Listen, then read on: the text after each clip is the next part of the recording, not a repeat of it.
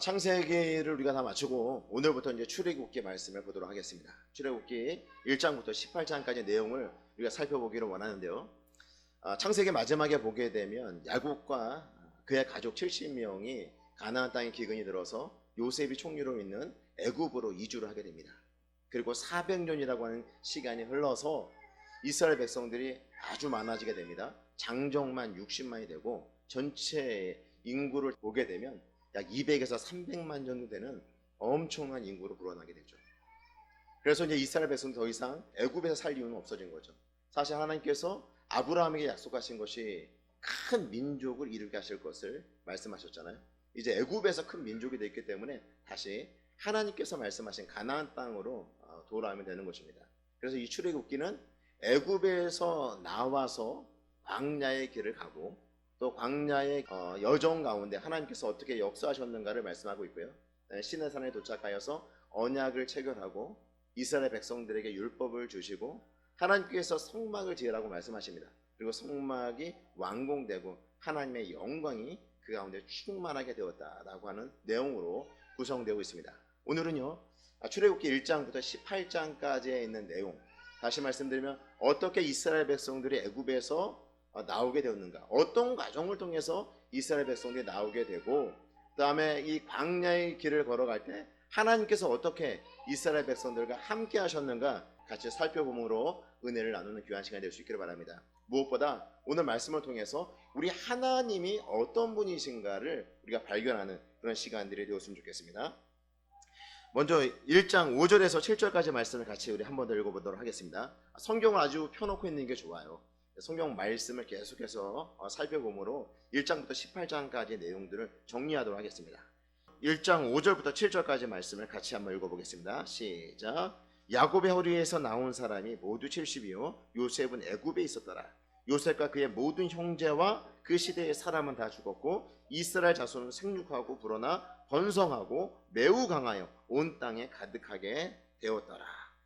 성경에서 보게 되면 이스라엘이 애굽에서 생육하고 번성하여 매우 강하고 온 땅에 가득하게 되었다라고 말씀하고 있는데, 가나안 땅에 흉년이 들어서 애굽으로 출발할 때 인원은 70명에 불과하였습니다. 그런데 시간이 지나고 난 다음에 매우 강성할 정도로 큰 민족을 이루었다라고 말씀하고 있습니다. 이 기간이 몇 년이었냐면 400년이었어요. 성경은요, 이 400년에 대해서 말씀하고 있지 않습니다. 그러나 이 400년의 기간 동안에 큰 민족을 이루게 되었다라고 하는 것을 말씀해 주고 있습니다.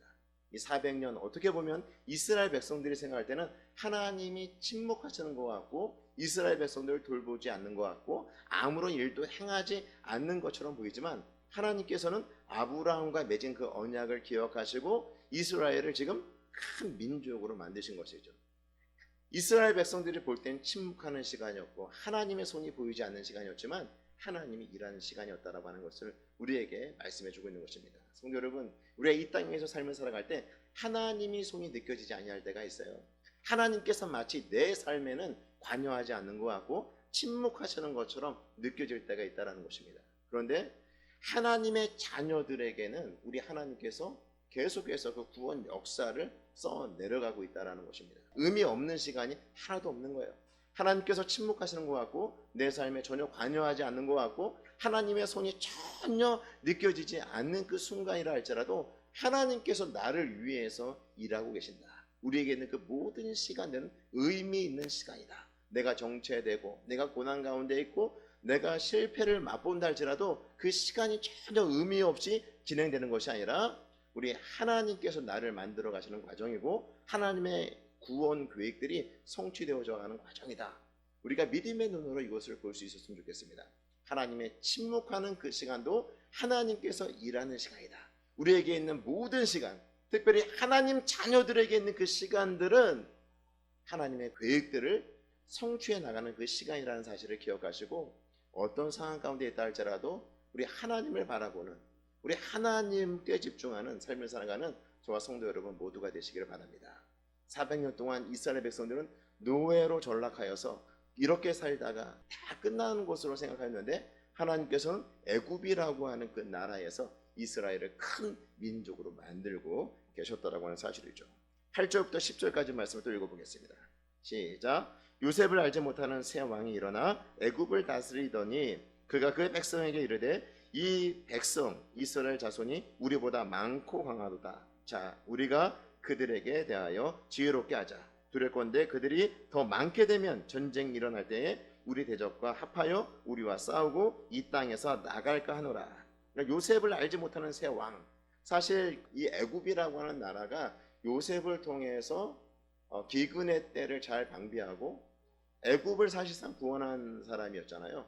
그러니까 요셉이 그 같은 역할을 잘 감당하여서 이스라엘 백성들도 이 애굽에서 살 수 있게 된 것인데, 요셉을 알지 못하는 새 왕이 일어났다. 이것은 요셉의 공적을 알지 못하는 왕이라고도 볼 수 있고요, 요셉의 공적을 인정하지 않으려고 하는 그 왕이라고도 볼 수가 있는 것이죠. 그 새 왕이 일어났는데 이스라엘 백성들의 그 수가 점점 많아지니까 9절에 있는 말씀을 보시게 되면 그가 백성에게 이르되 이 백성 이스라엘 자손이 우리보다 많고 강하도다. 실제로 이스라엘 백성들이 애굽보다 강하고 그 백성의 수가 많지도 않아요.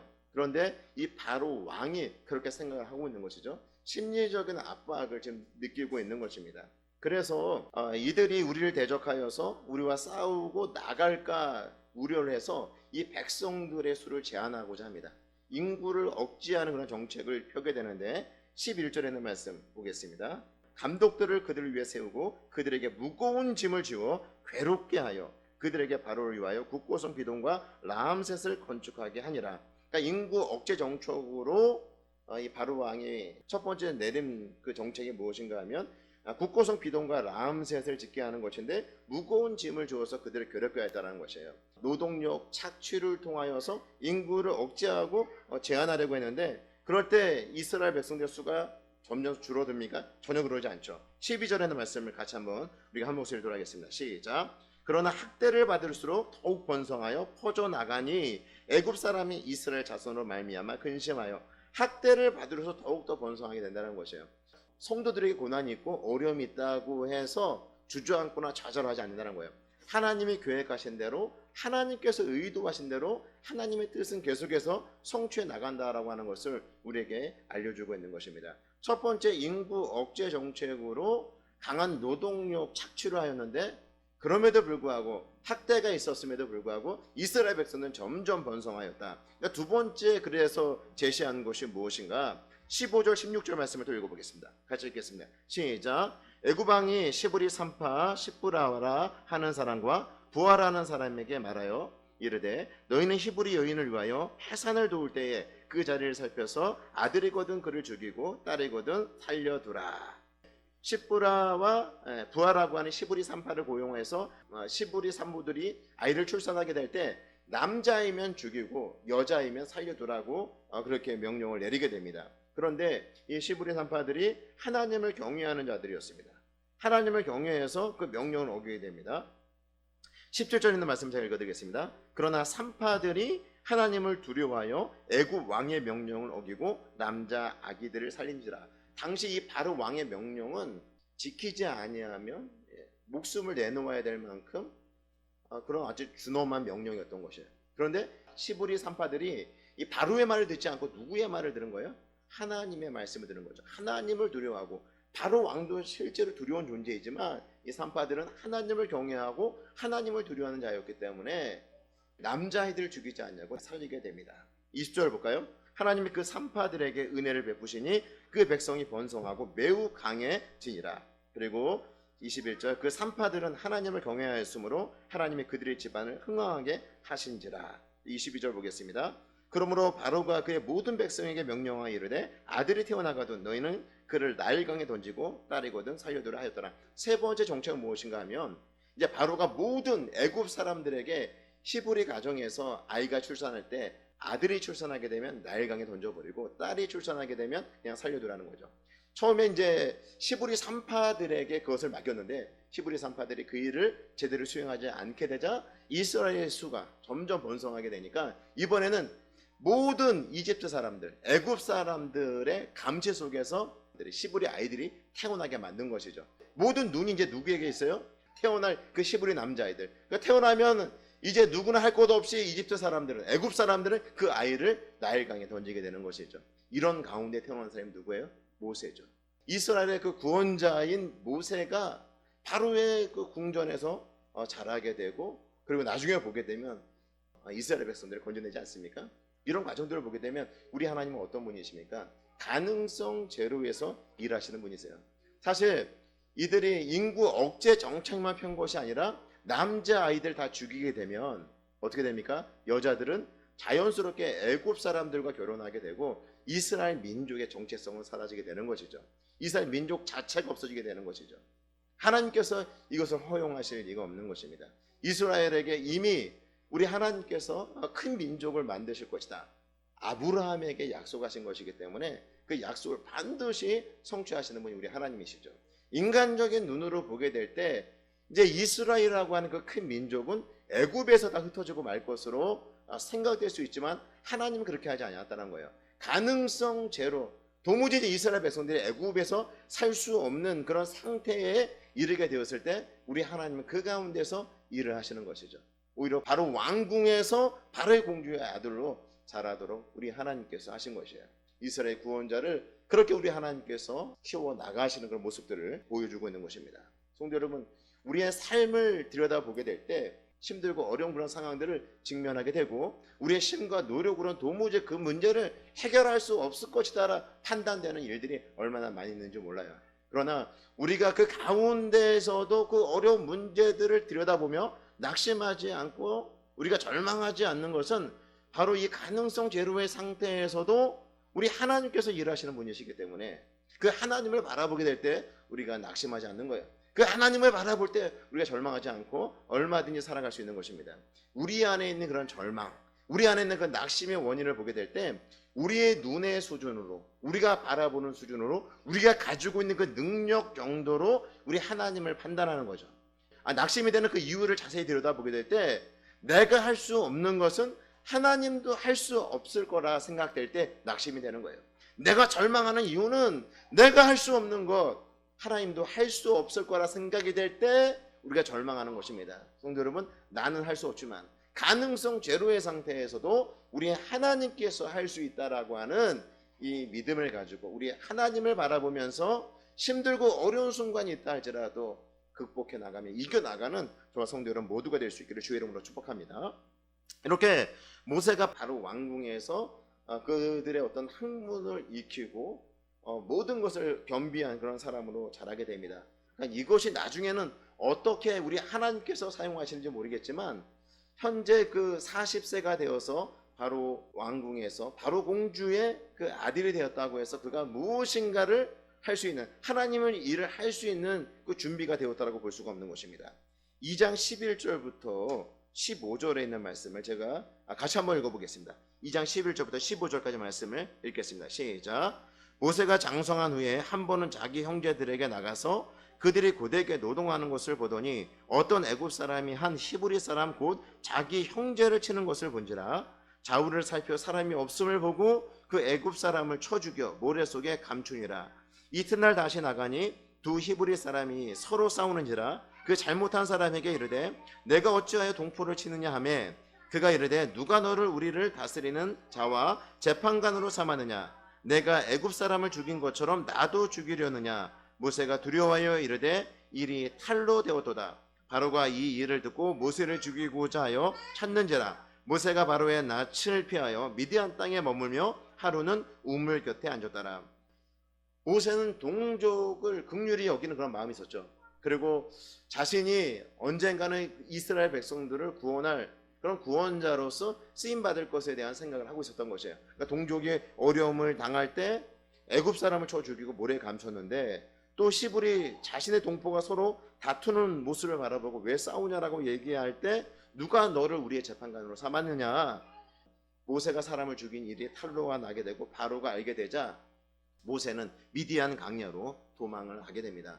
어떻게 보면 이 모세가 바로 왕궁에서 40세가 되었을 때 가장 혈기왕성하고 또 힘과 권세를 가지고 있었기 때문에 이스라엘 백성들을 구원하기에 아주 적합한 그런 시기다라고 볼 수가 있는데 전혀 그렇지 않죠.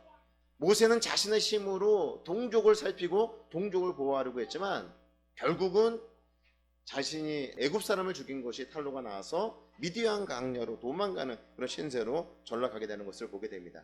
그리고 이 미디안 광야에서 미디안 제사장이었던 이드로를 만나게 되죠. 그리고 이드로의 그 딸이었던 시보라와 결혼을 하게 되고 2명의 자녀를 낳게 됩니다. 모세가 40년 동안 바로 왕궁에서 자랐다고 한다면 나머지 40년은 광야에서 삶을 살아야죠. 그러니까 게르솜과 엘리에셀이라고 한 2 아들을 낳고 양을 치는 자로서 40년의 세월들을 보내게 되는 것입니다. 그리고 모세 나이 80세가 되었을 때 드디어 하나님께서 호렙산에서 모세를 부르십니다. 그러니까 우리가 일반적으로 생각할 때는 모세가 40년 동안 바로 왕궁에서 충분히 준비를 하고 또 40년이라고 한 시간은 이 광야에서 충분히 준비하는 그런 시간들이었기 때문에 모세가 80년 동안 잘 준비되어서 이스라엘 백성들을 이끌 그런 지도자가 되었다라고 우리가 말하는 경우들이 많이 있지만, 모세는 광야 40년의 그런 시간 동안에 나이 80세가 될 때까지 자신이 할 수 있는 것이 아무것도 없다는 것을 발견하고 하나님께 철저하게 모세를 낮추는 그런 시간이었음을 우리가 볼 수가 있습니다. 광야의 그 40년, 양을 치는 그 40년의 시간 동안에 모세는 철저하게 낮아졌을 거예요. 그러니까 40살까지는 바로 왕궁에서는 자신이 뭔가를 할 수 있는 그런 존재라고 인식을 하고 있었는데, 미디안 광야에 나와서 이 40년이라고 하는 시간은 철저하게 무너지고 낮아지는 그런 시간들이었음을 볼 수가 있는 것이죠. 우리 하나님께서 모세를 충분히 낮추신 다음에 호렙산에서 부르시고 이스라엘 백성들을 구원할 구원자로 다시 세우는 것을 보게 됩니다. 성도 여러분, 우리 하나님은요, 우리가 가지고 있는 재능, 또 우리가 가지고 있는 능력, 이런 것들을 충분히 사용하시지만, 그러나 내가 이것을 가지고 하나님의 일들을 하겠다, 내가 가지고 있는 스펙을 가지고 내가 가지고 있는 그런 능력을 가지고 하나님의 일을 멋지게 하겠다, 하나님께서 그것을 원하지 않고 계세요.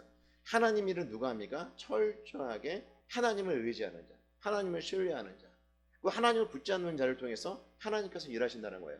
우리 하나님께서는 이 모세 가지고 있는 모든 것들을 내려놓게 하시고 철저하게 낮추신 다음에 그를 부르셔서 하나님의 일꾼으로 삼으셨다라고 하는 것을 우리에게 알려주고 있는 것입니다. 성도 여러분, 포도나무에 가지가 붙어 있어야지만이 거기서 많은 열매를 맺는 것처럼 우리가 하나님께 붙어 있어야지만이 많은 열매를 맺을 수 있는 것이에요.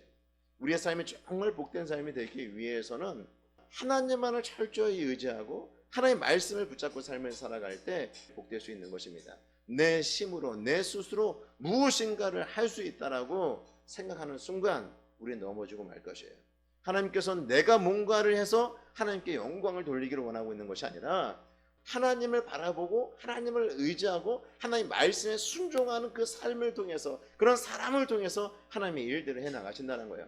철저하게 모세를 낮추신 다음에 그 모세를 통해서 하나님께서 일하시게 되는 그 장면들을 우리가 볼 수가 있는 것입니다. 이스라엘 백성들을 구원해내라는 그 하나님의 말씀에 처음부터 순종하지 않습니다. 우리가 5번이나 그 하나님의 말씀에 이 모양 저 모양으로 피하면서 거절하는 그런 모습들을 보여주고 있는데요. 3장 11절 말씀을 같이 한번 읽어볼까요? 3장 11절 같이 읽어보겠습니다. 시작.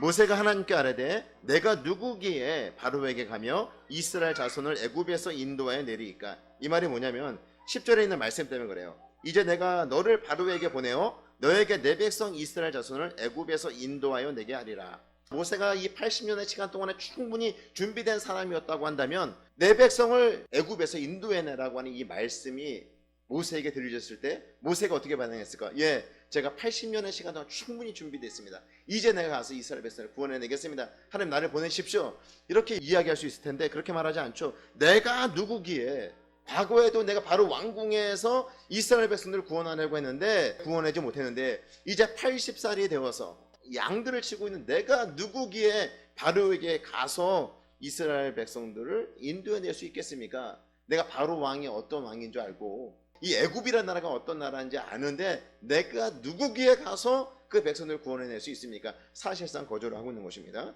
그럴 때 하나님께서 이 모세에게 하신 말씀이 12절에 있는 말씀입니다. 하나님이 이르시되 내가 반드시 너와 함께 있으리라. 내가 그 백성을 애굽에서 인도하여 낸 후에 너희가 이 산에서 하나님을 섬기리니 이것이 내가 너를 보낸 증거니라. 반드시 이스라엘 백성들을 구해내겠다는 거예요. 그리고 그 구해내는 데 있어서 모세와 우리 하나님께서 함께 하시겠다, 이 말씀을 하신 것이죠. 그럴 때 다시 모세가 어떻게 반응을 합니까? 13절에 있는 말씀 또 읽어볼까요? 같이 한번 읽어볼까요? 시작. 모세가 하나님께 아뢰되 내가 이스라엘 자손에게 가서 이르기를 너희의 조상의 하나님이 나를 너희에게 보내셨다 하면 그들이 내게 묻기를 그의 이름이 무엇이냐 하리니 내가 무엇이라고 그들에게 말하리이까. 그들이 분명히 물어볼 거라는 거죠. 이스라엘 백성들을 하나님께서 인도하라고 해서 내가 여기 왔다 이렇게 얘기하면 이스라엘 백성들이 그 하나님의 이름이 무엇이냐 질문을 한다는 거예요. 내가 뭐라고 대답을 합니까? 그럴 때 14절에 하나님께서 말씀하십니다. 하나님이 모세에게 이르시되 나는 스스로 있는 자이니라. 또 이르시되 너는 이스라엘 자손에게 이같이 이르기를 스스로 있는 자가 나를 너희에게 보내셨다 하라. 스스로 있는 자가 보내셨다 하라. 그리고 나중에 보게 되면 여호와라고 하는 이름을 알려주십니다. 그러니까 스스로 있는 자라고 하는 것은 이 땅에 있는 모든 것은 어떤 원인에 의해서 움직여지는 거예요. 원인에 의해서 움직여진다고 볼 수 있다면 하나님은 그 어떤 무엇인가가 원인이 되지 아니하고 그 어떤 것도 하나님이 생각하고 사고하고 계획하는데 동기부여를 할 수 없다는 거예요. 그냥 하나님 스스로가 생각하고 하나님 스스로가 결정해서 그 일들을 처리해 나간다는 것입니다. 우리 하나님은 계획하신 것을 반드시 성취하고 이루시는 분이시다 라고 하는 부분을 말씀해 주고 있는 것이고요. 또 언약에 대해서 불변하시고 약속하신 것은 반드시 이루시는 하나님이 애굽에서 인도해 내신다라고 하는 것을 그 백성들에게 알려주라고 말씀을 하고 있는 것입니다. 모세가 또 다시 하나님께 질문합니다. 4장 1절에 있는 말씀 같이 한번 읽어볼까요? 시작. 모세가 대답하여 이르되 그러나 그들이 나를 믿지 아니하며 내 말을 듣지 아니하고 이르기를 여호와께서 내게 나타나지 아니하셨다 하리니이다. 또 모세가 또 방어하죠. 하나님, 내가 갈 수 없습니다. 내가 그렇게 가서 그들에게 이야기한다 하더라도 그들이 나를 믿지 않고 내 말을 믿지 아니하고 미디안 광야에서 양을 친 너에게 하나님께서 나타나실 리가 없다 이렇게 이야기하면 어떡합니까? 그럴 때 하나님께서 말씀하신 것이 2절부터 4절에 있는 말씀 보겠습니다. 같이 읽겠습니다. 여호와께서 그에게 이르시되 내 손에 있는 것이 무엇이냐? 그가 이르되 지팡이니이다. 여호와께서 이르시되 그것을 땅에 던지라 하시매 곧 땅에 던지니 그것이 뱀이 된지라. 모세가 뱀 앞에 피하매 여호와께서 모세에게 이르시되 내 손을 내밀어 그 꼬리를 잡으라. 그가 손을 내밀어 그것을 잡으니 그 손에서 지팡이가 된지라. 여기서 보게 되면 이제 첫 번째 뱀을 손에 있는 그 지팡이를 던졌을 때 뱀이 되고 지팡이의 꼬리를 잡게 되었을 때 다시 지팡이가 되는 이런 기적을 하나님께서 모세를 통해서 할 수 있도록 허락하신 것입니다. 또 한 가지는 뭐냐면 손을 품속에 넣었을 때 나병이 되고 다시 품속에 넣었다 빼니까 다시 온전하게 되는 이런 기적도 보여주시고요. 그래도 믿지 아니하면 나일강에서 물을 떠서 그것이 피로 되는 그런 기적을 하나님께서 보여주세요. 하나님께서 모세를 보내셨다라고 하는 그런 기적들을 지팡이가 뱀이 되게 하고 그다음에 손이 나병에 걸렸다 다시 온전하게 되는 것을 보여주고 세 번째 나일강 하수를 떠서 그것이 피가 되는 기적을 보여주므로 하나님께서 보내셨다라고 하는 그 표정을 그 이스라엘 백성들에게 보이라고 말씀을 하셨던 것입니다. 이 정도 되면은 이제 모세가 나름대로 하나님께서 이런 기적도 보여주시고 이렇게 말씀하셨으니까 내가 이제 하나님의 말씀에 순종하여 가겠습니다 라고 말할 만도 한데 모세가 순종하지 않아요. 10절에 있는 말씀 볼까요? 10절에 있는 말씀 같이 한번 읽어보도록 하겠습니다. 시작. 모세가 여호와께 아뢰되 오 주여 나는 본래 말을 잘하지 못하는 자니이다. 주께서 주의 종에게 명령하신 후에도 역시 그러하니 나는 입이 뻣뻣하고 혀가 둔한 자니이다. 모세가 가겠다는 거 안 가겠다는 거예요. 안 가겠다는 거예요. 여러 가지 그 정황들 충분히 모세가 질문할 때마다 우리 하나님께서 답변을 해주셨는데 결국 자신에게 있는 그 핸디캡을 하나님께 말씀드리는 거예요. 입이 뻣뻣하고 혀가 둔하여서 내가 바로 앞에 서게 되면 제대로 말을 할 수 있을지 모르겠습니다. 나는 갈 수 없습니다. 이렇게 사실상 하나님께서 모세에게 명령한 그 명령을 거절하고 있는 것입니다. 하나님께서 11절에 이렇게 말씀하십니다. 여호와께서 그에게 이르시되 누가 사람의 입을 지었느냐? 누가 말 못하는 자나 못 듣는 자나 눈 밝은 자나 맹인이 되게 하였느냐? 나 여호와가 아니냐? 우리 하나님께서 온 우주 만물을 창조하신 창조주라는 거예요. 혀가 굳고 뻣뻣한 자가 있다면 그것도 풀어서 말을 할 수 있도록 하시는 분이 우리 하나님이라는 것이죠. 그래서 12절에 보게 되면 이제 가라 내가 내 입과 함께 있어서 할 말을 가르치리라. 우리 하나님께서 모세와 함께 있어서 네가 어떤 말을 해야 될지 우리 하나님께서 가르치실 것을 약속의 말씀을 주고 있는 것입니다. 모세가 이제 순종합니까? 아니죠. 모세가 또 거절을 합니다. 13절에 있는 말씀 볼까요? 같이 한번 읽어보겠습니다. 시작. 모세가 이르되 오 주여 보낼 만한 자를 보내소서. 보낼 만한 자를 보내소서. 나는 아닙니다. 아무리 생각해도 하나님, 내가 가서 이스라엘 백성들을 구원할 그런 면모가 전혀 없습니다. 나는 아닙니다. 보낼 만한 자를 보내소서. 하나님께도 이렇게 항변을 합니다. 그럴 때 하나님께서 노를 말하십니다. 14절을 볼까요? 여호와께서 모세를 향하여 노하여 이르시되 레위 사람 내 형 아론이 있지 아니하냐? 그가 말 잘하는 것을 내가 노라. 그가 너를 만나러 나오나니 그가 너를 볼 때에 그의 마음에 기쁨이 있을 것이라. 너는 그에게 말하고 그의 입에 할 말을 주라. 내가 내 입과 그의 입에 함께 있어서 너희들이 행할 일을 가르치리라. 이제 형과 함께 가라고 말씀하고 있는 거죠.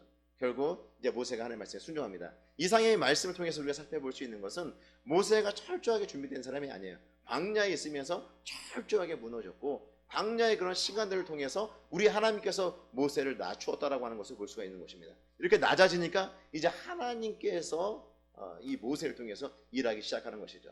모세가 할 수 있는 건 아무것도 없는 거예요. 누구만 바라봐야 돼요? 우리 하나님만 바라보는 거죠. 성도 여러분, 우리의 삶에 고난이 있고 어려움이 있다라고 한다면 우리 하나님께서 저와 성도 여러분들을 낮추는 시간이다라고 기억하시기 바랍니다. 낮추는 시간이에요. 하나님께서 왜? 나를 사용하기 위해서. 내 인생 가운데 실패를 경험하고 내 인생 가운데 고난을 경험하였다고 한다면 하나님께서 지금 나를 낮추시고 계시는구나. 나를 하나님의 사람으로 사용하기 위해서 낮추는 시간으로 받아들일 수 있는 저와 성도 여러분 되시길 바랍니다. 5장 1절 2절 말씀을 같이 우리 한 목소리를 들어가겠습니다. 그 후에 모세와 아론이 바로에게 가서 이르되 이스라엘의 하나님 여호와께서 이렇게 말씀하시기를 내 백성을 보내라. 그러면 그들이 광야에서 내 앞에 절규를 지킬 것이니라 하셨나이다. 이제 모세와 아론이 바로 왕 앞에 간 거예요. 이스라엘 백성들을 놓아주라고 바로 왕에게 요청을 하고 있는 것입니다. 그때 2절에는 말씀 볼까요? 시작. 바로가 이르되 여호와가 누구이기에 내가 그의 목소리를 듣고 이스라엘을 보내겠느냐? 나는 여호와를 알지 못하니 이스라엘을 보내지 아니하리라. 그러니까 바로가 생각할 때는 모세와 아론이 왔는데 이스라엘 백성들을 애굽에서 놓아달라고 요청을 하는 거예요. 우리 하나님께서 그렇게 하라고 명령하셔서 바로 왕에게 왔다는 거예요. 히브리 민족의 지도자라고 얘기한 너희들 별로 보잘것도 없는데 너희들 뭐 이스라엘 백성들 놓아달라고 말도 안 되는 소리 하지 말라. 오히려 그들의 말에 귀담아 듣지 않죠. 이스라엘 백성들을 보내지 않겠다라고 이야기를 합니다. 그리고 난 다음에 끝나는 것이 아니라 이 바로 왕이 볼 때 이스라엘 백성들의 그 수가 많아지니까 그들이 요령을 피우고 게으름을 피우는 것으로 생각한 것이에요. 그래서 그들이 일하고 있는 것보다 훨씬 더 강도 높은 일들을 하도록 한 것이죠. 10절에 있는 말씀 볼까요? 10절 11절 다시 한번 읽어볼까요? 시작. 백성의 감독들과 기록원들이 나가서 백성에게 말하기를 바로가 이렇게 말하기를 내가 너희에게 짚을 주지 아니하리니 너희는 짚을 찾을 곳으로 가서 주우라. 그러면 너희 일은 조금도 감하지 아니하리라 하셨느니라. 이제 벽돌을 굽는데 전에는 그 벽돌을 구울 수 있도록 짚을 줬는데 이제 짚을 주지 않는 거예요. 너희들이 그것까지도 구해서 만들어낼 수 있는 그 벽돌의 양은 감하지 않고 똑같은 수를 만들라고 한 것이죠. 그러니까 이스라엘 백성들의 고역이 더 심해진 거죠. 그러니까 모세와 아론이 출현함으로 그리고 이스라엘 백성들을 애굽에서 구해내려고 시도를 하게 될 때 이스라엘 백성들에게 더 큰 고통이 다가왔다는 것입니다. 모세는 누구의 말씀에 순종한 거예요? 하나님의 말씀에 순종한 거잖아요. 호렙산에서 하나님 말씀에 내가 순종할 수 없습니다. 내가 이스라엘 백성들의 영적인 지도자가 되어서 그들을 이끌어낼 수 없습니다. 하나님께 여러 차례 말했는데 하나님께서 또 밀어서 지금 바로 왕 앞에 섰는데 바로는 이스라엘 백성들을 내줄 의사가 전혀 없는 거죠. 오히려 그들에게 더 큰 고통을 안겨주게 되는 것이죠. 성도 여러분, 늘 여러분들에게 말씀하는 거지만 우리가 하나님의 말씀에 순종할 때 하나님의 말씀에 순종하며 삶을 살아갈 때 늘 우리의 삶이 형통하지는 않아요. 말씀에 순종하는 우리의 삶을 통해서 우리의 그 인생의 그 길들이 시온의 대로와 같이 활짝 열려지지 않는다는 것입니다. 고난이 반드시 있어요. 기억하시기 바랍니다. 하나님의 자녀들이 이 땅의 삶을 살아갈 때 고난이 있습니다. 어려움이 있습니다. 아브라함도 갈대와 으르에 있을 때 하나님께서 내가 내게 지시할 땅으로 가라. 그 땅이 어디인지 알지 못하고 출발하여서 도착했는데 그 도착한 땅이 어디였어요? 가나안 땅이었잖아요. 가나안 땅에 아무도 살고 있지 않았어요? 가나안 땅의 원주민들이 살고 있었죠. 그 땅에 도착하고 얼마 있지 않아서 기근이 들었잖아요. 성도 여러분, 하나님의 말씀에 순종하는 그런 성도들에게 고난이 있습니다. 어려움이 있습니다. 내가 불순종해도 고난이 있고 어려움이 있지만 하나님의 말씀에 순종하며 삶을 살아갈 때도 고난이 있어요. 하나님께서 우리를 훈련하고 하나님의 사람으로 단련하기 위해서 하나님께서 고난의 풀무로 우리를 단련하실 수 있는 것입니다. 성경은요 그것을 분명히 말씀하고 있어요. 하나님의 사람으로 만들기 위한 과정에서 고난이 올 수 있다는 것입니다. 마찬가지예요. 이스라엘 백성들도 지금 하나님께서 광야로 인도하여서 약속의 땅으로 이제 그들을 들여보내려고 할 때 바로 왕이 가만히 있겠느냐는 거예요. 당연히 이스라엘 백성들의 고난이 있고 어려움이 생길 수밖에 없는 것이죠. 성도 여러분, 우리가 이 땅에서 삶을 살아갈 때 고난이 오고 어려움이 온다 하더라도 낙심하지 마시기 바랍니다. 성도들에게 고난이 있습니다. 하나님이 나를 훈련하고 나를 성숙한 그리스도인으로 만들기 위해서 단련하는 그런 시간이라고 기억하시면서 우리가 더욱더 하나님을 의지하고 더욱 생명의 말씀을 붙잡고 믿음의 삶을 살아가시는 저 성도 여러분 모두가 되시기를 주의 이름으로 축복합니다. 하나님 말씀에 순종한 모세가 바로 왕 앞에 가서 이야기를 했을 때 바로 왕이 듣지 않고 오히려 이스라엘 백성들에게 더 큰 그런 고난을 안겨주게 되자 모세가 하나님 앞에 기도를 합니다. 22절부터 볼까요? 모세가 여호와께 돌아와서 아뢰되 주여 어찌하여 이 백성이 학대를 당하게 하셨나이까? 어찌하여 나를 보내셨나이까? 23절 내가 바로에게 들어가서 주의 이름으로 말한 후로부터 그가 이 백성을 더 학대하며 주께서도 주의 백성을 구원하지 아니하시나이다. 주의 말씀에 순종하였는데 결과는 안 좋아졌다. 하나님께서 어떻게 말씀하십니까? 6장 1절에 있는 말씀 볼까요? 같이 한 목소리 들어 하겠습니다. 여호와께서 모세에게 이르시되 이제 내가 바로와에게 하는 일을 내가 보리라. 강한 손으로 말미암아 바로가 그들을 보내리라. 강한 손으로 말미암아 바로가 그들을 그의 땅에서 쫓아내리라. 이스라엘 백성들을 하나님께서 이제 해방시킬 것을 말씀하고 있어요. 이제 바로에게 하나님의 그 강한 손, 그 편파를 보여줘서 이스라엘 백성들 내보내지 아니하면 견딜 수 없는 그런 마음을 우리 하나님께서 허락하시겠다는 것이에요. 반드시 이스라엘 백성들을 그 땅 가운데서 구원해내실 것을 말씀하고 있는 것입니다. 6장 30절에 있는 말씀 볼까요? 같이 한번 읽어볼까요? 시작. 모세가 여호와 앞에서 아뢰되 나는 입이 둔한 자이오니 바로가 어찌 나의 말을 들으리까? 그러니까 이스라엘 백성들을 이제 애굽에서 구원해낼 거다라고 하는 것을 하나님께서 모세에게 말씀하셨는데 나는 입이 둔한 자이오니 바로가 어찌 나의 말을 들으리까? 이 말 앞서 어떤 말을 하게 되냐면 이스라엘 백성들도 내 말을 듣지 아니하는데 하물며 바로가 내 말을 들을 리가 있겠습니까? 나는 입이 뻣뻣한 자입니다. 나는 입이 둔한 자입니다. 내가 말하는 거 들을 사람 아무도 없습니다. 억지로 하나님의 말씀에 순종하여서 바로 앞에 서게 되는데 백성들에게 더 큰 고난이 닥치게 되자 하나님께 하소연을 하고 있잖아요. 그리고 이스라엘 백성도 내 말을 듣지 아니하는데 바로가 내 말을 들을 리가 있겠습니까? 여러분, 모세가 정말 철저하게 준비돼서 하나님 앞에 쓰임을 받은 사람이다 생각될 수 있지만 우리 하나님께서 모세에게 한 것은 한 가지죠. 철저하게 낮춰져서 하나님만 바라보게 하신 것이고 하나님께 집중하도록 한 것이에요. 그러니까 하나님 말씀을 듣고 그대로 순종하는 삶을 살도록 하셨다고 하는 사실입니다. 성도 여러분, 다시 말씀드리지만 우리에게 고난이 있고 어려움이 있고 내 삶이 무기력하고 힘들고 두려움에 내 삶을 잠식하고 있을 때 우리가 해야 될 것이 무엇입니까? 자포자기하는 것이 아니에요. 포기하는 것이 아니에요. 낙심하고 절망하는 것이 아니라 그 가운데서 이제 내가 의지할 수 있는 분은 하나님밖에 없습니다. 하나님을 바라보고 하나님을 의지하는 순간 하나님의 은혜가 우리 가운데 임하는 거죠. 하나님의 능력이 우리 가운데 임하는 거죠.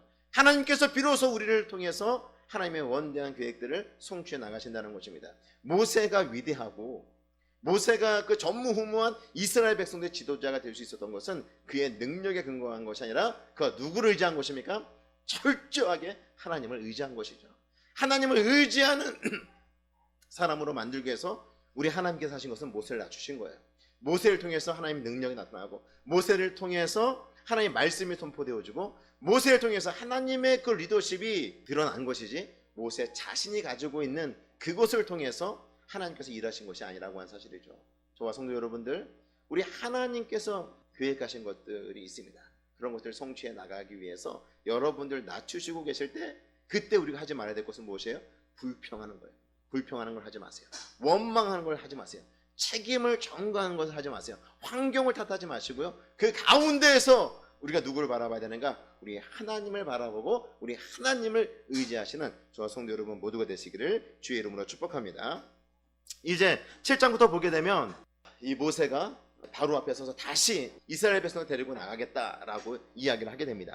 그럴 때 이 바로가 이제 그것을 허용하지 않게 되죠. 이제 그러면서 시작된 것이 10가지 재앙이에요. 그 출애굽기를 보게 되면 10가지 재앙이 나타나고 있는데 첫 번째 재앙은 피, 나일강을 피로 물들게 하는 거예요.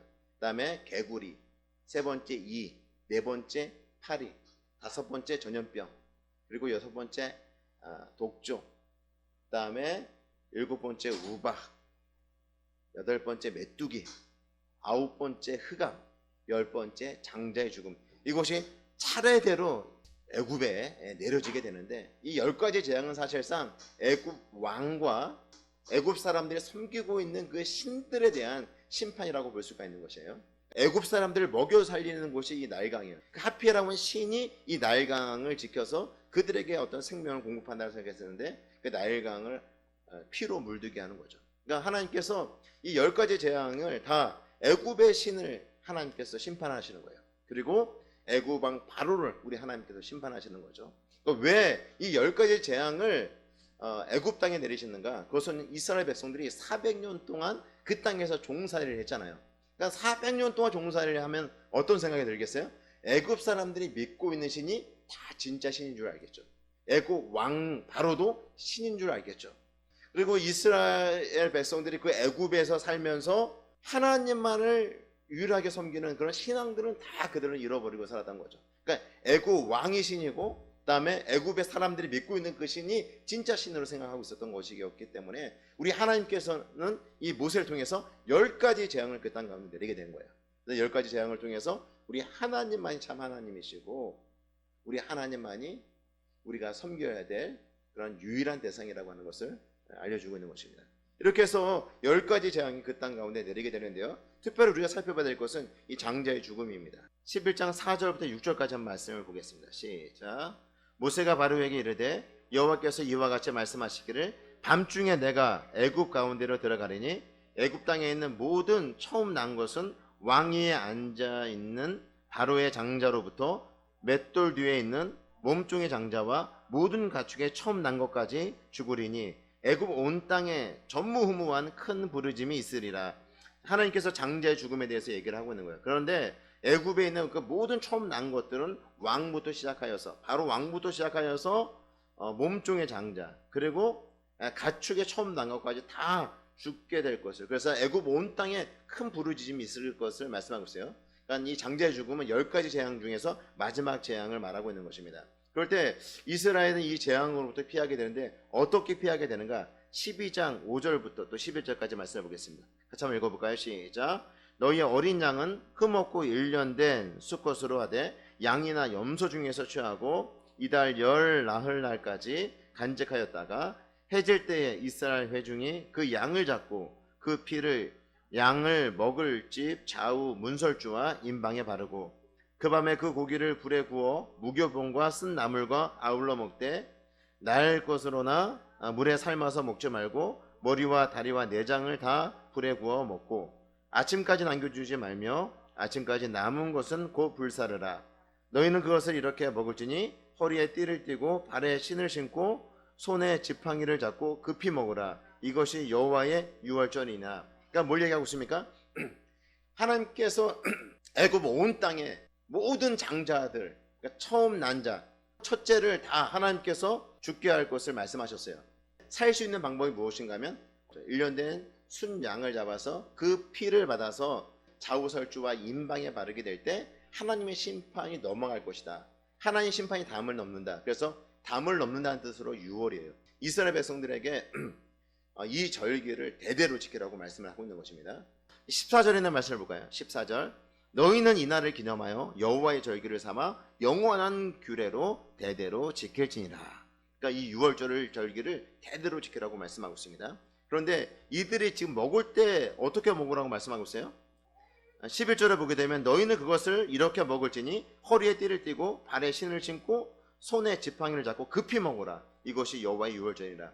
그러니까 대대로 지키다 보면 이 당시 말고 그 후손들도 이 유월절을 지키면서 어머니 아버지가 하는 그 행동을 보고 자녀들이 분명히 물어볼 거 아니에요. 왜 그렇게 먹습니까? 왜 그것을 급하게 먹습니까? 왜 쓴나물과 함께 먹습니까? 이런 질문을 하게 될 때 그들에게 대답해 주라는 것입니다. 26절 볼까요? 26절 12장 26절 27절 말씀 제가 읽어드리겠습니다.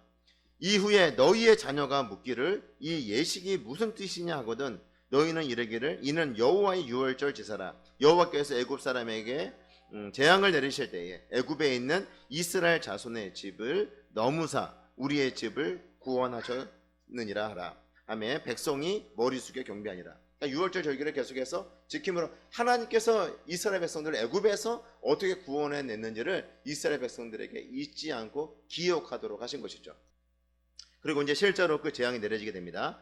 29절부터 32절까지 말씀 같이 한번 읽어볼까요? 시작. 밤중에 여호와께서 애굽 땅에서 모든 처음 난 것 곧 왕위에 앉은 바로의 장자로부터 옥에 갇힌 사람의 장자까지와 가축의 처음 난 것을 다 찌심해 그 밤에 바로와 그 모든 신하와 모든 애굽 사람이 일어나고 애굽에 큰 부르짖음이 있었으니 이는 그 나라에 죽임을 당하지 아니한 집이 하나도 없음이었더라. 밤에 바로가 모세와 아론을 불러서 이르되 너희와 이스라엘 자손은 일어나 내 백성 가운데서 떠나 너희의 말대로 가서 여호와를 섬기며 너희가 말한 대로 너희 양과 너희 소도 몰고 가고 나를 위하여 축복하라 하며 장자의 죽음 이후 이제 이스라엘 백성들을 보내주는 거죠.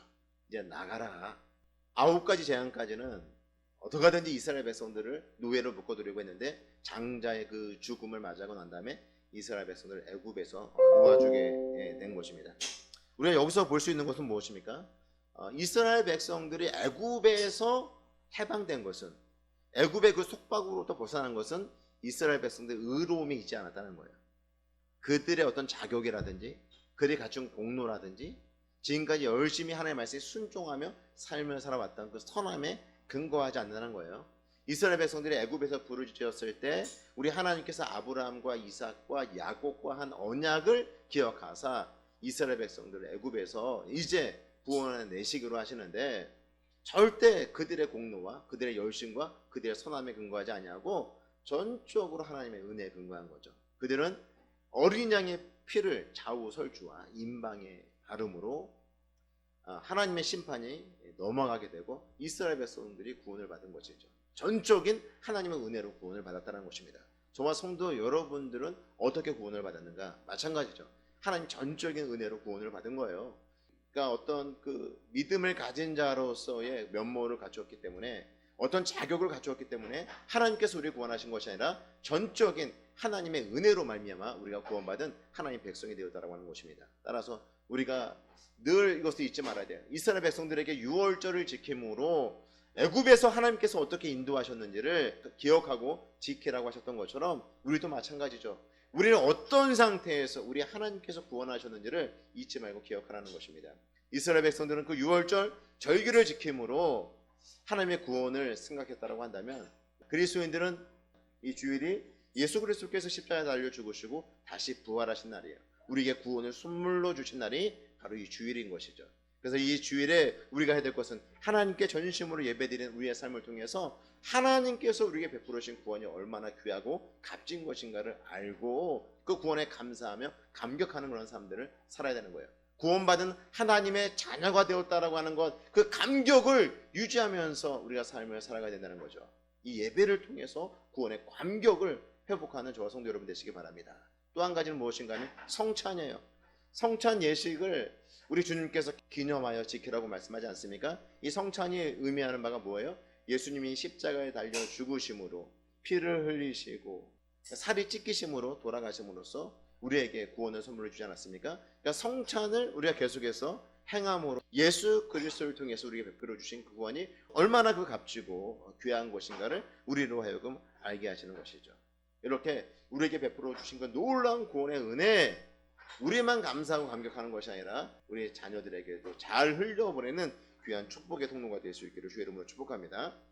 이제 이스라엘 백성들이 애굽에서 이제 풀려나게 됩니다. 라암셋을 출발하여서 숫곳에 이르게 되고 또 숫곳에서 에담에 이르게 되었을 때 장막을 치게 됩니다. 그 장막을 치게 되었을 때 그곳에서부터 하나님의 불기둥과 구름 기둥이 함께 하시게 되는데요. 13장 20절 볼까요?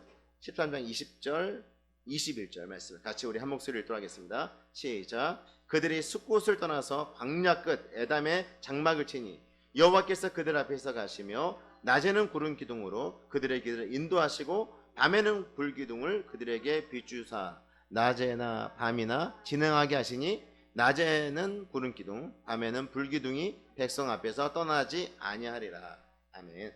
그러니까 하나님께서 이제 에담에 도착하게 됐을 때 구름 기둥과 불 기둥이 이스라엘 백성들과 함께하는 거예요. 사실 광야의 길을 걸어가는데 어디로 가야 될지 잘 모르잖아요. 우리 하나님께서 구름 기둥과 불 기둥을 통해서 이스라엘 백성들을 인도해 가시는 것입니다. 불 기둥과 구름 기둥이 없는 곳으로 가면 어떻게 될까요? 생명을 잃을 수 있는 거죠. 잘못된 길을 접어들 수 있는 거죠. 그러니까 이스라엘 백성들이 항상 주목해야 되는 것은 불 기둥과 구름 기둥이죠. 언제 이 불기둥과 구름 기둥이 이동하는가를 그들이 주시하고 있다가 움직이기 시작할 때 함께 움직이고 그곳이 멈추게 될 때 함께 멈추는 그런 삶이 시작된 겁니다. 광야 40년 동안에 우리 하나님의 그 구름 기둥과 불 기둥이 이스라엘 백성들 인도하셨다는 것입니다. 아, 이스라엘 백성들 너무나 좋겠다.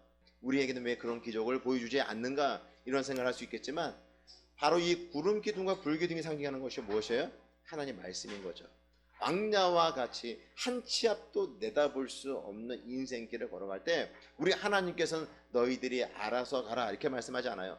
죄 가운데서 구원해 주시고 이제 알아서 살라고 말씀하고 있는 것이 아니라 바로 광야와 같이 척박한 삶을 살아가는 우리에게 생명의 말씀을 주셔서 이 말씀을 가지고 살아갈 수 있도록 허락하신 것입니다. 성도 여러분, 광야와 같은 삶을 살아갈 때 내 마음대로 내 욕심대로 삶을 살아가면 이스라엘 백성들이 불기둥과 구름 기둥에 집중하지 않고 광야의 길을 걸어가는 것과 똑같은 거예요. 우리가 이 땅의 삶을 살아갈 때 불과 구름 기둥과 같은 하나님의 말씀, 이 생명의 말씀을 붙잡고 매 순간순간마다 순종하며 삶을 살아가는 그 삶이 중요하다라고 하는 것을 우리에게 알려주고 있는 것입니다. 성도 여러분, 이 하나님의 말씀이 생명의 말씀이에요. 우리를 구원으로 인도하는 말씀이에요. 우리를 바른 길로 인도하는 말씀이에요. 생명의 말씀, 구름 기둥과 불 기둥으로 대변되는 이 하나님의 말씀, 이 생명의 말씀을 견고히 붙잡고 삶을 살아가시는 저 성도 여러분 되시기 바랍니다. 이렇게 숲꽃과 에담을 지날 때, 에담의 장막을 쳤을 때 하나님의 구름 기둥과 불 기둥이 함께 하시고 그리고 그들이 이제 홍해 앞에 서게 됩니다. 바알스본 맞은편 비아히롯 앞에 장막을 치게 되는데 거기가 홍해였던 거죠. 근데 이 홍해 앞에 섰을 때 그들에게 들려오는 소문이 있었습니다. 14장 10절부터 12절까지 말씀을 보겠습니다. 같이 한번 읽어볼까요? 시작. 바로가 가까이 올 때에 이스라엘 자손이 눈을 들어 본즉 애굽 사람들이 자기를 뒤에 이른지라 이스라엘 자손이 심히 두려워하여 여호와께 부르짖고 그들이 또 모세에게 이르되 애굽에 매장지가 없어서 당신이 우리를 이끌어내어 이 광야에서 죽게 하느냐 어찌하여 당신이 우리를 애굽에서 이끌어내어 우리에게 이같이 하느냐 우리가 애굽에서 당신에게 이른 말이 이것이 아니냐 이르기를 우리를 내버려 두라 우리가 애굽 사람을 섬길 것이라 하지 아니하였더냐 애굽 사람을 섬기는 것이 광야에서 죽는 것보다 낫겠노라. 모세가 백성에게 이르되 너희는 두려워하지 말고 가만히 서서 여호와께서 오늘 너희를 위하여 행하시는 구원을 보라. 너희가 오늘 본 애굽 사람을 영원히 다시 보지 아니하리라. 14절까지 읽겠습니다. 여호와께서 너희를 위하여 싸우시리니 너희는 가만히 있을지니라. 그러니까 이스라엘 백성들이 불평해요. 지금까지 이스라엘 백성 어떻게 왔어요? 하나님께서 애굽에 10가지 재앙을 내리시고 애굽에서 이스라엘 백성들이 벗어났잖아요. 하나님께서 구름 기둥과 불 기둥으로 이스라엘 백성과 함께 하심을 보았잖아요. 그리고 지금 구름 기둥과 불 기둥이 지금 어디 있어요? 이스라엘 백성들과 함께 하고 있잖아요. 그럼에도 불구하고 불평을 합니다. 그러니까 이스라엘 백성들은요, 이 불평이 몸에 배 있어요. 그러니까 애굽에서 400년 전 종살이하면서 이 불평과 원망이 몸에 배어 있는 거예요. 이때 이들은 적어도 한 번쯤 하나님을 바라보거나 하나님께 기도했어도 될 만한 상황인데 얼마든지 그렇게 다가갈 수 있었을 텐데 이스라엘 백성들이 뿜어내는 그 독소를 보게 되면 뭐 전혀 하나님께서 이스라엘 백성을 돌보지 않은 것처럼 그렇게 표현을 하죠. 11절에 볼까요? 모세에게 이르되 애굽에 매장지가 없어서 당신이 우리를 이끌어내어 이 광야에서 죽게 하느냐 어찌하여 당신이 우리를 애굽에서 이끌어내어 우리에게 이같이 하느냐. 그리고 12절에 애굽에서 당신에게 이른 말이 이것이 아니냐 이르기를 우리를 내버려 두라 우리가 애굽 사람을 섬길 것이라 하지 아니하였더냐. 애굽 사람을 섬기는 것이 광야에서 죽는 것보다 낫겠노라. 하나님께서 그들을 인도하셨는데 그들은 다시 애굽으로 돌아가겠다는 거예요. 여기서 죽기 싫다라는 거예요. 모세가 어떻게 합니까? 두려워하지 말라. 가만히 서서 여호와께서 오늘 너를 위하여 행하시는 구원을 보라. 너희가 오늘 본 애굽 사람을 영원히 다시 보지 아니하리라. 여호와께서 너희를 위하여 싸우시리니 너희는 가만히 있을지니라. 여기서 하나님께서 우리에게 때론 고난을 주시고 때론 어려움을 주시는데 우리 마음 가운데 두려움을 갖게도 하실 수 있어요. 이렇게 대적들이 하나님께서 다 정리했다고 생각하는 그 대적들이 다시금 몰려오는 것을 바라보게 될 때 우리 마음 가운데 두려움이 생길 수밖에 없는 것이죠. 그런데 왜 하나님께서 이런 것들을 허용하시는 줄 아세요? 결국 이런 과정들을 통해서 어떻게 합니까? 홍해를 가르치고 이스라엘 백성들을 안전하게 건너게 하시고 바로의 군대를 수장시켜 버리잖아요. 만약에 이런 과정이 없었다고 한다면 이스라엘 백성들은 머릿속에 계속해서 애굽 사람의 잔상이 남았을 거예요.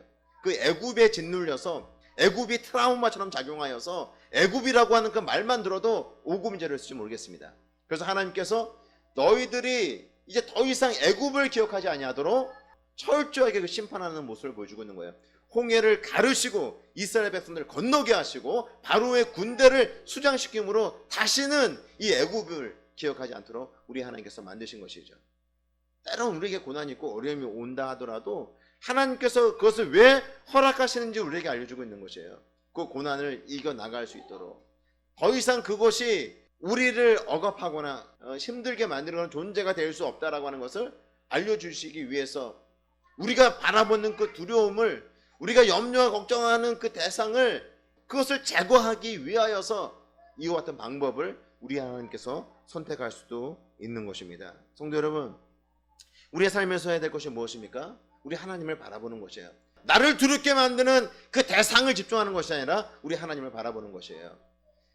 히브리 산파 시브라와 부하가 왜 바로 왕을 두려워하지 않았겠어요? 바로 왕이 왜 무섭지 않았겠어요? 그 명령을 순종하지 아니할 때 자신들의 그 목숨을 잃을 수 있다라고 하는 그 생각들을 분명히 했을 거예요. 그럼에도 불구하고 바로 왕의 명령을 순종하지 아니하고 하나님의 말씀에 순종했던 이유는 하나님을 경외했기 때문에, 하나님을 신뢰하였기 때문에 그들이 하나님의 말씀에 순종하여서 히브리 남자아이들을 살릴 수 있었다고 하는 것입니다. 성도 여러분, 우리 가운데 있는 그런 두려움들 바라보지 마세요. 일어나지도 않는 일들에 대해서 우리가 미리 걱정하는 거예요. 미리 염려하는 거예요. 시간이 지나도 절대 일어나지 않는 일들이 많아요. 그런데 우리는 계속해서 염려해요. 계속해서 걱정해요. 두려움은 실체가 없어요. 하나님이 보이지 아니할 때, 우리의 시선을 하나님께 두지 아니할 때, 우리 시선을 하나님께 고정하지 아니할 때, 홍해를 가르시고 불과 구름 기둥으로 인도하시는 하나님께 집중하지 않는 그런 삶을 살아갈 때, 말씀에 집중하지 아니할 때 느끼는 감정에 불과해요. 하나님이 보이기 시작할 때 두려움은 사라집니다. 하나님이 보이기 시작할 때 우리 안에 있는 염려는 사라지는 거예요. 하나님께 집중하고 하나님을 바라보시기 바랍니다. 내가 무엇인가를 하려고 하지 마시고요, 우리 하나님 바라보세요. 모세가 이스라엘 백성들에게 했던 말씀처럼 여러분들도 가만히 우리 하나님을 바라보시기 바랍니다. 다시 한번 볼까요? 13절. 모세가 백성에게 이르되 너희는 두려워하지 말고 가만히 서서 여호와께서 오늘 너희를 위하여 행하시는 구원을 보라. 너희가 오늘 본 애굽 사람을 영원히 다시 보지 아니하리라. 여호와께서 너희를 위하여 싸우시리니 너희는 가만히 있을지어다.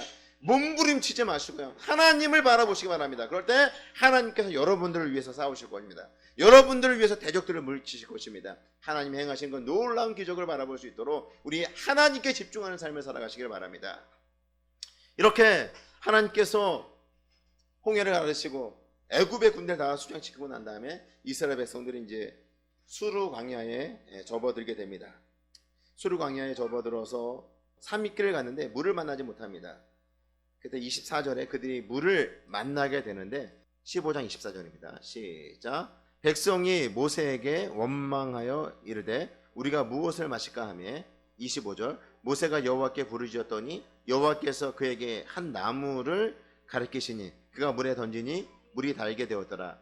거기서 여호와께서 그들을 위하여 법도와 율례를 정하시고 그들을 시험하실세. 그러니까 여기서 뭘 얘기하냐면 3일 길을 걸어갔는데 물을 만나지 못하다가 마라라고 하는 곳에서 물을 만나게 됩니다. 그런데 마시지 못했어요. 왜 마시지 못했냐면 물이 써서.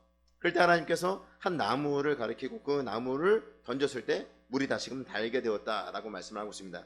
중요한 것은 무엇인가 하면 홍해를 건너고 나서 3일 길을 왔는데 물을 만나지 못했을 때 이스라엘 백성이 또 불평을 해요. 10가지 재앙이 있은 이후에 에담을 지나서 홍해 앞에 서게 됐을 때 바로의 군대가 추격해 온다는 이야기를 듣고 이스라엘 백성이 불평을 했다면, 이제 홍해를 건너서 3일 길을 가는데 겨우 물을 만났는데 그 물이 써서 마시게 되지 못하므로 모세를 향하여서 또 하나님을 향하여서 원망을 하고 있는 이스라엘 백성들의 모습을 보여주고 있는 것입니다. 그럴 때 우리 하나님께서 그 물을 달게 만드셨죠. 성도 여러분, 우리 삶에 이렇게 쓴물을 마실 때도 있어요. 고난이 있고 어려움이 있을 수 있습니다. 하지만 우리 하나님께서 궁극적으로 우리의 삶을 달게 만드시는 분이세요. 그런 과정들이 필요하기 때문에 허락하시는 것이에요. 결국 그들이 이 마라에서 어디에 도착하게 되냐면 엘림에 도착하게 되는데, 이 엘림이라고 하는 것은 종려나무가 70그루가 있고 그 다음에 12샘이 있는 곳이었어요. 그러니까 70그루라고 하는 것은 7 곱하기 10이잖아요. 그러니까 완전수를 말하고 있는 것이고, 12샘도 마찬가지죠. 7과 12는 다 완전수를 말하고 있는데, 이스라엘 백성이 충분히 거할 만한 그런 오아시스에 그들이 안전에 도착을 하게 됩니다. 그 이후에 출애굽한 지 2개월 만에 신광야에 도착을 하게 됩니다. 또 신광야에 도착하게 되었을 때 이스라엘 백성들이 또 원망을 합니다. 이스라엘 백성들의 모습을 보게 되면 출애굽하고 난 다음에 애굽에서 나오고 난 이후에 그들이 계속해서 어려움을 겪을 때마다 하나님을 찾는 것이 아니라 습관적으로 원망하는 그런 모습들을 보여주고 있는데요. 16절 1절부터 3절까지 말씀을 같이 한번 읽어보겠습니다. 시작. 이스라엘 자손의 온 회중이 엘림에서 떠나 엘림과 시내산 사이에 있는 신광야에 이르니 애굽에서 나온 후 둘째 달 15일이라. 이스라엘 자손 온 회중이 그 광야에서 모세와 아론을 원망하여 이스라엘 자손이 그들에게 이르되 우리가 애굽 땅에서 고기 가마 곁에 앉아 있던 때와 떡을 배불리 먹던 때에 여호와의 손에 죽었더라면 좋았을 것을 너희가 이 광야로 우리를 인도해 내어 이 온 회중이 주려 죽게 하는도다. 이들이 이제 2달 정도 지났을 때 이제 먹을 양식이 없는 거예요. 그런데 그들이 모세와 아론을 향해서 원망하는데 뭐라고 원망해요? 애굽 땅에서 고기 가마 곁에 앉아 있을 때, 또 떡을 배불리 먹었을 때, 그때를 떠올리는 거예요. 그들이 애굽에서 고기 가마 곁에서 고기를 먹고 떡을 배불리 먹은 적이 있었을까요? 노예를 있으면서 전혀 불가능한 거죠. 그런데 그때를 추억하면서 지금 현재 우리가 여기서 주려 죽게 되었다, 먹을 것이 없어서 죽게 되었다라고 원망을 하고 있는 것입니다. 한 번도 하나님을 찾고 있지 않아요. 그들은 그냥 힘들면 습관적으로 불평이 나가요. 습관적으로 원망을 하고 있는 그런 모습들을 보여주고 있는 것이죠. 4절에 있는 말씀을 같이 한 목소리를 들어가겠습니다. 시작. 그때 여호와께서 모세에게 이르시되 보라, 내가 너희를 위하여 하늘에서 양식을 비같이 내리리니 백성이 나가서 일용할 것을 날마다 거둘 것이라. 이같이 하여 그들이 내 율법을 준행하나 아니하나 내가 시험하리라. 이제 하나님께서 만나와 메추라기를 이제 그들에게 내리세요. 이 만나가 언제까지 내리게 되냐면 이스라엘 백성들이 이제 가나안 땅에 들어가기 위해서 요단강을 건너고 길갈에 진을 치게 됩니다. 거기서 모든 이스라엘 남자들에게 할례를 행하게 되고 유월절 절기를 지키게 되고 그 땅의 첫 소산을 먹게 되는데, 그 땅에 있는 첫 소산을 먹게 되었을 때 비로소 만나가 그치게 돼요. 그러니까 광야 40년 동안에 그들의 먹을 것을 누가 채워주셨는가? 우리 하나님께서 채워주신 것이에요. 광야와 같이 척박한 삶을 살아가는데 필요한 모든 것을 우리 하나님께서 채워주신다는 거예요. 그래서 너희는 무엇을 먹을까, 무엇을 입을까, 무엇을 마실까 염려하지 말라라고 말씀하고 있어요. 이것도 이방인들이 구하는 것이다. 우리 하나님께서는 너희에게 있어야 할 것이 무엇인지를 알고 필요를 채워주세요. 이 광야와 같은 삶을 살아가는 데 있어서 우리의 필요를 채워주시는 분이 우리 하나님이세요. 또 신약에 보게 되면 예수님께서 오병이어의 기적을 행하시고 난 이후에 자신을 생명의 떡이다라고 말씀하셨어요. 그러니까 생명의 떡인 예수님을 먹게 될 때 우리가 살아날 수 있다는 거예요. 예수님을 먹는다라고 하는 것은 예수님을 믿는다라고 하는 것과 동일한 의미를 가지고 있습니다. 예수님을 믿는다라고 하는 것은 나의 연약함을 신뢰하지 아니하고 이제 예수님을 철저하게 주님으로 모시며 삶을 살겠다라는 거죠. 그게 예수님을 믿는 거죠. 그리고 이 생명의 말씀을 가까이 하고 이 말씀대로 내가 삶을 살겠습니다. 그럴 때 예수 그리스도를 통해서 나에게 생명이 공급되는 것을 믿습니다. 이것이 예수님을 믿는 것입니다. 생명의 떡이신 그 예수님, 그 예수님께서 우리에게 말씀을 주시고 그 말씀을 가지고 우리가 삶을 살아갈 때 영적으로 부유한 삶을 살아갈 수 있는 것이에요. 이스라엘 백성들에게 그 광야의 척박한 삶을 살아갈 때 만나로 공급해 주신 그 하나님께서 동일하게 오늘 우리에게도 말씀하고 있어요. 영적으로 필요한 모든 양식을 우리에게 공급해 주시겠다. 하나님의 말씀을 통해서 그 양식을 공급받고 영적인 부용함 가운데 우리가 얼마든지 살 수 있도록 우리 하나님께서 하시겠다는 것입니다. 이 생명의 말씀을 날마다 먹고 있습니까? 이 생명의 말씀을 통해서 영적으로 그 생명의 부요한 가운데 거하고 있는가를 우리가 점검해 봐야 돼요. 하나님은요, 광야와 같이 척박한 삶을 살아가는 우리 인생길에서 그냥 너희들이 알아서 살라고 말씀하지 않고 생명의 말씀을 주시고 이 말씀을 붙잡고 우리가 삶을 살아갈 수 있도록 그 영적으로 부유한 삶을 살아갈 수 있도록 만들어 주신다는 것입니다. 늘 생명의 말씀을 가까이 함으로 그 영적 부유한 가운데 거하시는 성도 여러분 되시기 바랍니다.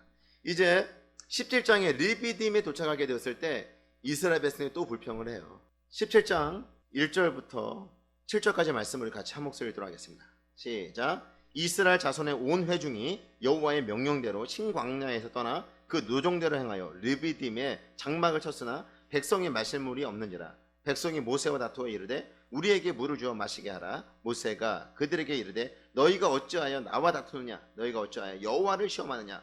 거기서 백성이 목이 말라 물을 찾으매 그들이 모세에게 대하여 원망하여 이르되 당신이 어찌하여 우리를 애굽에서 인도에 내어서 우리와 우리 자녀와 우리 가축이 목말라 죽게 하느냐? 모세가 여호와께 부르짖어 이르되 내가 이 백성에게 어떻게 하리이까? 그들이 조금 있으면 내게 돌을 던지겠나이다. 여호와께서 모세에게 이르시되 백성 앞을 지나서 이스라엘 장로들을 데리고 나일강을 치던 내 지팡이를 손에 잡고 가라. 내가 호렙산에 있는 그 반석 위 거기서 내 앞에 서리니 너는 그 반석을 치라.